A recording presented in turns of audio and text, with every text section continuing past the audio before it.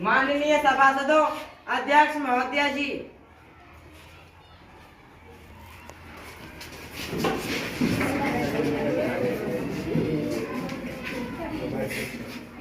सभी सदस्यगण अपना स्थान ग्रहण करें।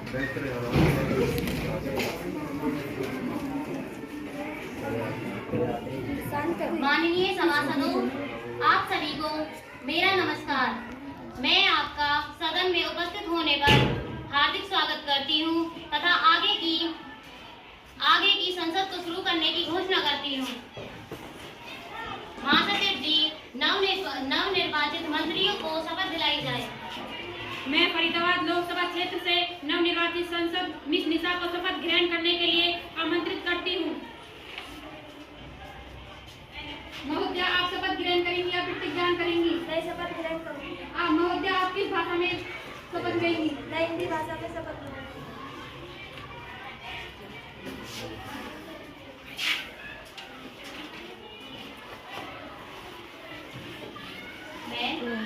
मैं निशा, जो युवा संसद की सदस्य निर्वाचित हुई हूँ, ईश्वर की शपथ लेती हूँ कि मैं विधि द्वारा स्थापित भारत के संविधान के प्रति श्रद्धा रखूंगी, देश की प्रभुसत्ता और एकता को बनाए रखूंगी तथा जिस पद को मैं ग्रहण करने वाली हूँ उसके कर्तव्यों का श्रद्धापूर्वक निर्वहन करूंगी।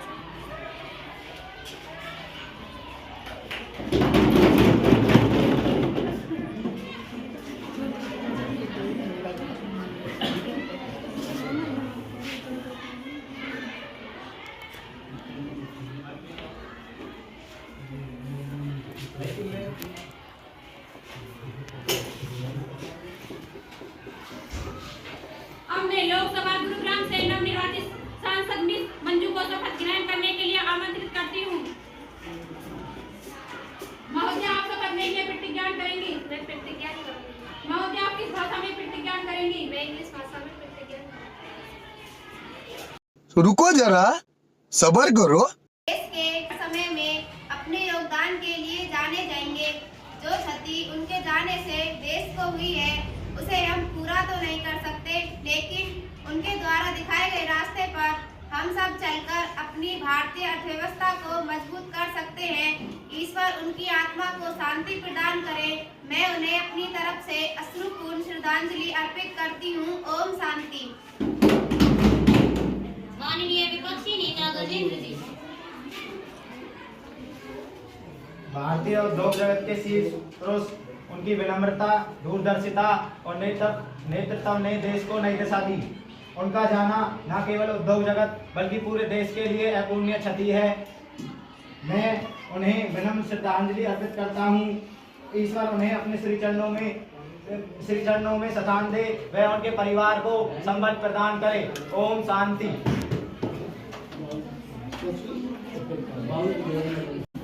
अब सभी सदस्यगण 2 मिनट का मौन धारण करेंगे।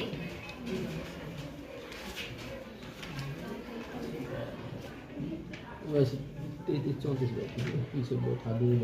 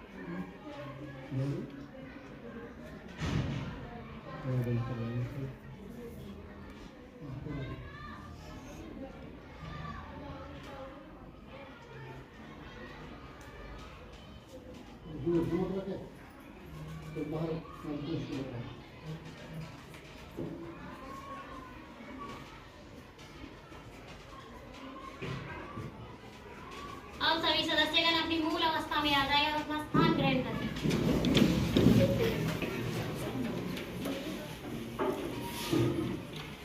महासचिव जी, शोक संतृप्त परिवार को शोक संदेश भेजा जाए। जी अध्यक्ष महोदया जी, शोक संदेश एक पीड़ित 100 का कुल परिवार को भेज दी जाएगी। प्रधानमंत्री जी, आप अपने मंत्रिमंडल के नए मंत्रियों का सदन में परिचय करवाएं। अध्यक्ष महोदया, मैं आपसे और आपके माध्यम से अपने नए मंत्रियों का परिचय सदन से करवाती हूँ। नवनियुक्त मोटर परिवहन मंत्री मिस नीलम, जो कि महाराष्ट्र के नागपुर लोकसभा क्षेत्र से सांसद हैं।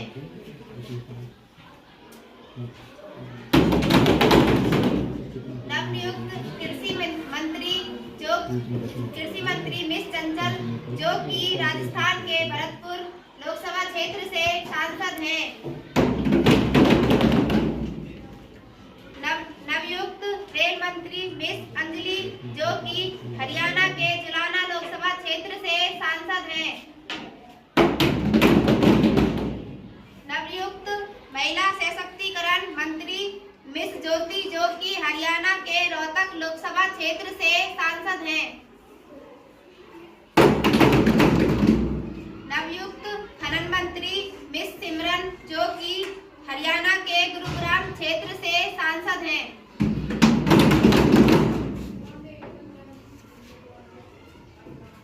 माननीय सभासदों, आज हमारे बीच vice president of America Kamala Harris तथा उनके सहयोगी विदेशी मेहमान के रूप में मौजूद हैं। मैं इनका सदन में पधारने पर हार्दिक अभिनंदन और स्वागत करती हूँ।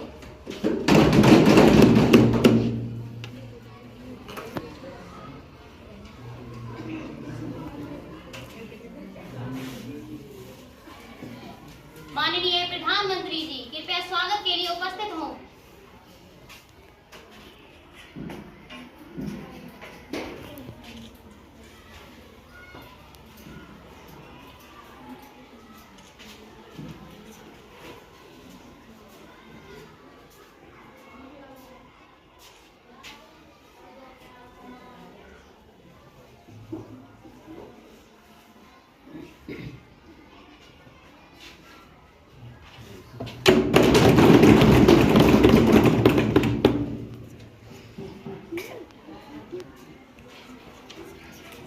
माननीय गृह मंत्री जी, कृपया स्वागत के लिए उपस्थित हों।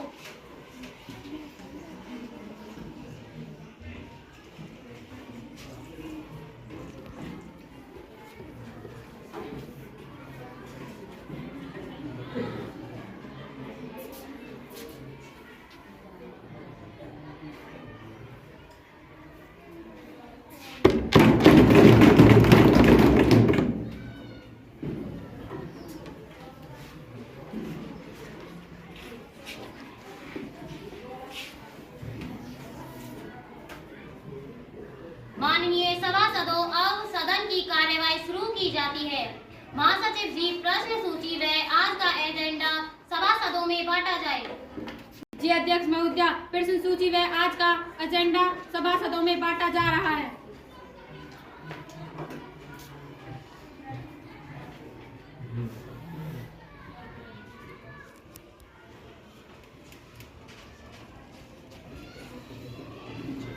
प्रश्नकाल आरंभ होता है। प्रश्न संख्या 205। माननीय गजेंद्र जी, अपना प्रश्न पूछें। धन्यवाद अध्यक्ष महोदया जी, आपने मुझे सदन में बोलने का मौका दिया।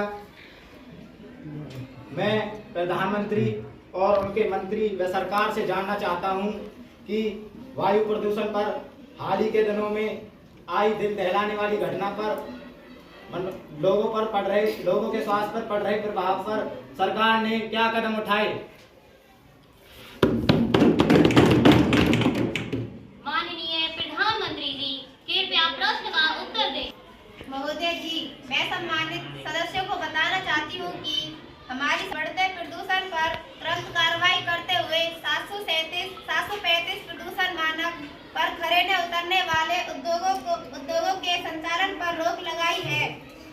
निकटवर्ती राज्यों पर पराली जलाने वालों पर कार्रवाई हेतु बोल दिया गया है। हमारे परिवहन मंत्रालय ने डीजल के पुराने वाहनों को चलाने पर रोक लगाई हुई है। सरकार ने ई वाहन प्रणाली को बढ़ाने हेतु अधिक सब्सिडी देने का प्रयास भी किया है। अध्यक्ष महोदया, यह प्रयास मात्र एक ढकोसला है और कुछ नहीं। यदि आपके क्षेत्र में वायु गुणवत्ता सूचकांक 450 से 500 AQI के बीच है तो समझ लो आप 25 से 30 सिगरेट।